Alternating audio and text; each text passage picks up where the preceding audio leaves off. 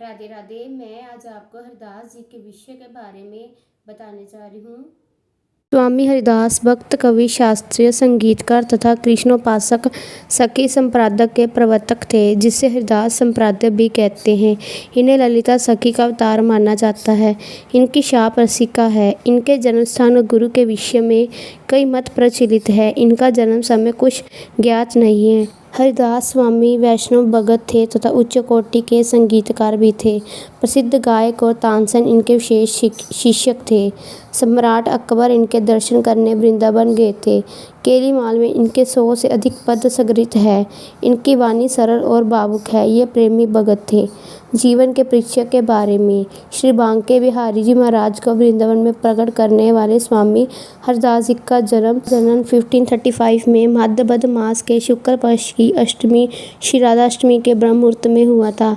आपके पिता श्री आशुधीर जी आपके अपास्य श्री राधा माधव की प्रेरणा से पत्नी गंगा देवी के साथ अनेक तीर्थों की यात्रा करने के अलीगढ़ जनपद की कौल तहसील में ब्रज आकर एक गांव में बस गए। हरदास जी का व्यक्तित्व बड़ा ही विलक्षण था। वे बचपन से ही एकांत प्रिय, उन्हें अनासक्त भाव से भगवत भजन में लीन रहने से बड़ा आनंद मिलता था। हरदास जी का कंठ बहुत मधुर था और उनमें संगीत की पूर्व प्रतिभा थी। धीरे धीरे उनकी प्रसिद्धि दूर दूर तक फैल गई। उनका गांव उनके नाम से विख्यात हो गया। हरदास जी को उनके पिता ने गृहोपवीत संस्कार के उपरांत वैष्णवी दीक्षा प्रदान की।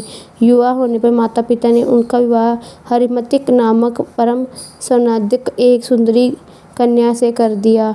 किंतु स्वामी हरदास जी की अस्थिति तो अपने श्यामा कुंज बिहारी के अतिरिक्त अन्य किसी में भी नहीं थी। उनके गृहस्थ जीवन से विमुख देखकर उनकी पत्नी ने उनकी साधना में विघ्न उपस्थित न करने के उद्देश्य से योगाग्नि के माध्यम से अपना शरीर त्याग दिया और तेजस्वी हरदास के चरणों में लीन हो गया। वृंदावन प्रस्थान 1560 में 25 वर्ष की अवस्था में हरदास वृंदावन पहुंचे। वहां उन्होंने निधिवन को अपनी तपोस्थली बना लिया। हरदास जी निधिवन में सदा श्यामा कुंज बिहारी के ध्यान तथा उनके भजन में लीन रहते थे। स्वामी जी ने प्रिया प्रीतम की युगल छवि श्री बांके बिहारी महाराज जी के रूप में प्रतिनिष्ठा की। हरदास जी ने ये ठाकुर आज असंख्य भक्तों के इष्ट देव हैं। वैष्णव स्वामी हरदास जी को श्री राधा जी का अवतार मानते हैं। श्यामा कुंज बिहारी जी के नित्य विहार का मधुर संकीर्तन भी होता है। उनके रास विलास से अनेक राग रगनियाँ उत्पन्न होती है। ललिता संगीत की अशांति मानी जाती है। ललिता हरिदास संगीत के परम मात्र थे। उनका संगीत अनेक अपने राधे की उपासना को समर्पित था, किसी राजा महाराजा को नहीं।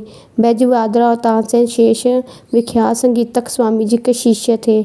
मुगल सम्राट अकबर उनका संगीत सुनने के लिए रूप बदलकर वृंदावन आया था।